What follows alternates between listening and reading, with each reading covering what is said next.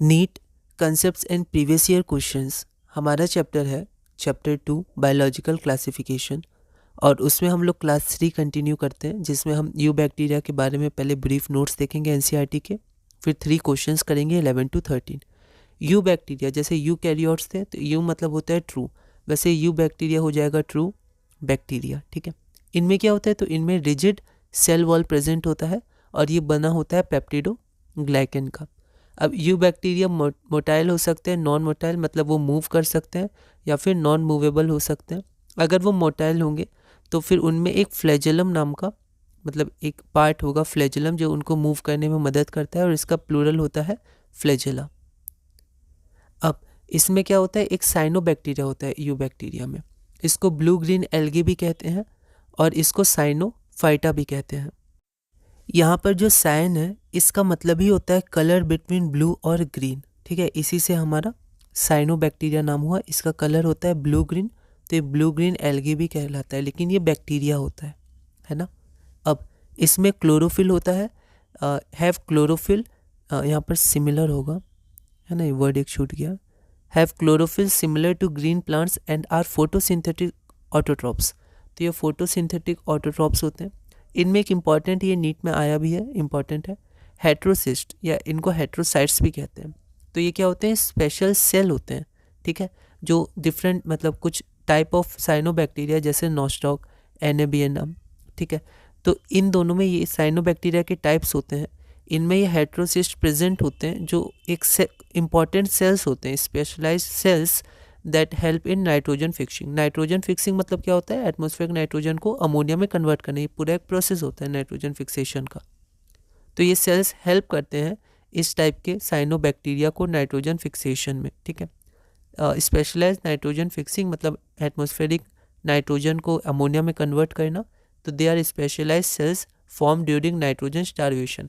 मतलब जब नाइट्रोजन की कमी होती है तो ये सेल फॉर्म होते हैं, वो नाइट्रोजन को फिक्स करते हैं बाय सम साइनोबैक्टीरिया। ठीक है, आगे हम लोग बढ़ते हैं। अगला है कि different forms of cyanobacteria. Cyanobacteria के डिफरेंट फॉर्म होते हैं, जैसे यूनिसेलुलर, ठीक है, फिर कॉलोनियल, ठीक है, उसके बाद फिलामेंटस, स्पाइरल एट्सेट्रा, इस तरह में पाए जाते हैं कॉलोनीज में फिलामेंटस साइनोबैक्टीरिया, है ना। अब कीमोसिंथेटिक ऑटोट्रॉपिक बैक्टीरिया। ठीक है, अब कुछ होते हैं कीमोसिंथेटिक ऑटोट्रॉपिक बैक्टीरिया। अब हमने पढ़ा था कीमोसिंथेसिस क्या होता है, तो इसमें भी वो अपने आप अपना फूड बनाते हैं, लेकिन without sunlight, without the use of sunlight. तो कीमोसिंथेटिक ऑटोट्रॉपिक बैक्टीरिया क्या होते हैं, ये ऑक्सीडाइज करते हैं इनऑर्गेनिक सब्सटेंसेस जैसे नाइट्रेट्स, नाइट्राइट्स, अमोनिया। ठीक है, और इनसे जब ये ऑक्सीडाइज करते हैं तो एनर्जी रिलीज होती है, और इस एनर्जी से ये एटीपी का प्रोडक्शन करते हैं। अब साइनोबैक्टीरिया क्या करते हैं कि ये न्यूट्रिएंट्स को रिसाइकिल करते हैं। ठीक है, जैसे नाइट्रोजन, फॉस्फोरस, आयरन, सल्फर, इन सब न्यूट्रिएंट्स के रिसाइकिल में ये मदद करते हैं साइनोबैक्टीरिया। ठीक है, अब आगे एक टॉपिक हम लोग देखते हैं, production in bacteria, sorry reproduction in bacteria. तो रिप्रोडक्शन इन बैक्टीरिया असेक्सुअली भी होता है और सेक्सुअली भी होता है, लेकिन जो मेन होता है, जो ज़्यादातर होता है, वो होता है आपका asexual reproduction through binary fission, मतलब एक सेल दो सेल में ब्रेक हो जाते हैं। सेक्सुअल रिप्रोडक्शन भी होता है, एनसीईआरटी में थोड़ा सा लिखा हुआ है कि आप primary type of DNA transfer from one bacterium, ये सिंगुलर हो गया बैक्टीरिया का, टू द अदर। तो एक बैक्टीरियम से दूसरे में जो ट्रांसफ़र होता है प्राइमरी टाइप ऑफ डीएनए, उसे सेक्सुअल रिप्रोडक्शन कहते हैं, लेकिन मेनली ये असेक्सुअली रिप्रोड्यूस करते हैं बाइनरी फिजन के द्वारा। ठीक है, अब कुछ डिजीजेज जो बैक्टीरिया कॉज करते हैं, tuberculosis, TB, cholera, tetanus, typhoid etcetera. ठीक है, अगला हमारा आता है माइकोप्लाज्मा।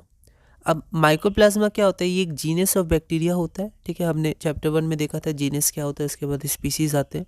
इनमें सेल वॉल नहीं पाया जाता है, these lack a cell wall, these are the smallest living organism. ठीक है, क्वेश्चन आया हुआ है, ठीक है, इसके कैरेक्टरिस्टिक या फिर ये क्या होते हैं। फिर it is also known as PPLO, इन्हें पीपीएलओ भी कहा जाता है। ये होता है प्लूरो निमोनिया लाइक ऑर्गेनिजम्स। ठीक है, तो पीपीएलओ। और उसके बाद these can survive without oxygen, ये विदाउट ऑक्सीजन भी सर्वाइव कर सकते हैं। और these are pathogenic to plants and animals. तो ज़्यादातर ये क्या होते हैं, पैथोजेनिक होते हैं, डिजीज़ कॉजिंग होते हैं प्लांट्स और एनिमल्स में।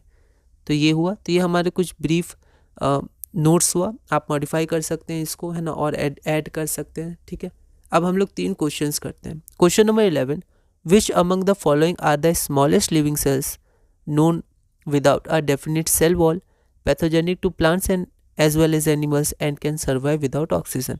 तो सिमिलर हमने अभी किया, 2017 नीट में ये क्वेश्चन आया हुआ था। आपके पास 4 ऑप्शन है, एक बार आप इसको ट्राई करिए, फिर हम लोग आगे बढ़ते हैं। यहाँ पर आपका आंसर माइक्रोप्लाज्मा हो जाएगा, जो कैरेक्टरिस्टिक एनसीईआरटी में दी हुई है, डायरेक्ट क्वेश्चन है उसका। ठीक है, अब यहाँ हम लोग देखते हैं माइक्रोप्लाज्मा आंसर हो गया। अब क्या है कि इसमें जो ऑप्शंस है उसको भी आपको ध्यान देना है, थोड़ा थोड़ा पता होना चाहिए। जैसे यहाँ पर जैसे स्यूडोमोनास, तो स्यूडोमोनास क्या होता है, अ जीनस ऑफ बैक्टीरिया। तो ये बैक्टीरिया का एक जेनस है, हमें पता है जेनस टेक्सोनॉमिक रैंक में जेनस स्पीसीज, तो ये बैक्टीरिया का एक जीनस है।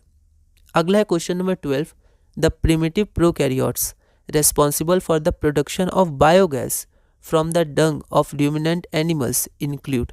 तो ये वैसे हमारा पहले का है, पहले का टॉपिक है थोड़ा, जब हमने आर्क बैक्टीरिया देखा था, लेकिन फिर भी आप इसको एक बार बनाइए।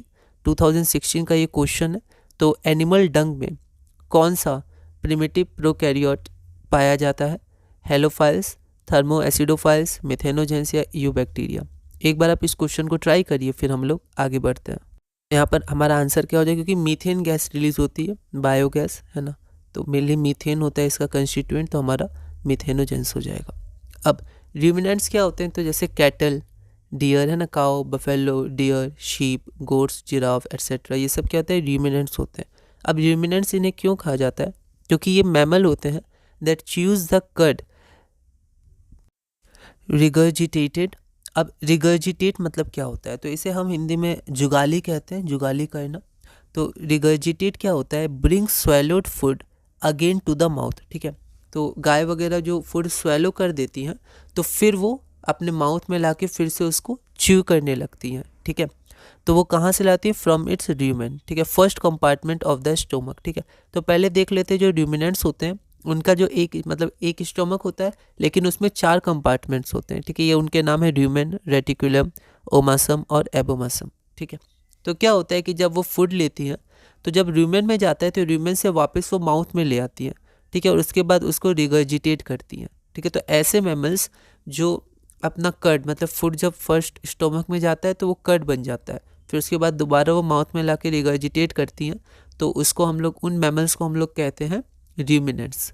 ठीक है, तो उनके जो डंग होते हैं उसमें क्या होता है, बायोगैस उससे बनाई जाती है, और जो बायोगैस होती है उसे गोबर गैस भी कहते हैं, और उसमें जो मेन कंस्टिट्यूएंट होता है वो मीथेन होता है, उसके बाद कार्बन डाइऑक्साइड होता है, तो उसको मिथेनोजेंस बैक्टीरिया प्रोड्यूस करते हैं।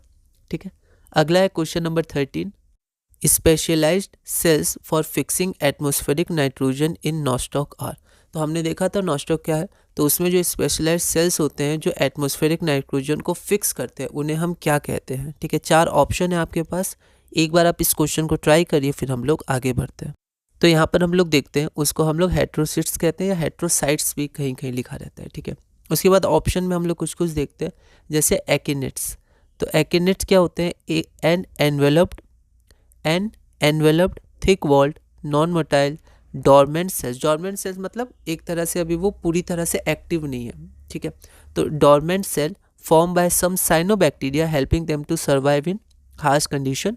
तो हार्श कंडीशन में सर्वाइव करने के लिए कुछ साइनोबैक्टीरिया के पास जो सेल्स होते हैं, ठीक है, जो थिक वॉल्ड होते हैं, नॉन मोटाइल होते हैं और डॉर्मेंट होते हैं, उन्हें हम एकिनेट कहते हैं। अगला है हमारा हॉर्मोगोनिया। ठीक है, देखिए इन सब के प्रोनाउंसिएशन आप देख लीजिएगा, ये सब कुछ वर्ड्स हैं ना, बहुत सारे आपको ऐसे टेक्निकल वर्ड्स मिलेंगे अलग अलग तरह के, तो प्रोनाउंसिएशंस आप उनके देख लीजिएगा। ये हमारा hormogonia. Hormogonia are motile filaments of cells form by some cyanobacteria during vegetative reproduction. तो वेजिटेटिव रिप्रोडक्शन के समय कुछ साइनोबैक्टीरिया के द्वारा जो फिलामेंट सेल्स प्रोड्यूस होते हैं, ठीक है, फॉर्म होते हैं, उन्हें हॉर्मोगोनिया कहते हैं। तो ये हमारा क्लास पूरा हुआ। अगली क्लास हमारी क्लास नंबर 4 होगी, और इसमें हम 5 क्वेश्चंस करेंगे, 14, 15, 16, 17 और 18।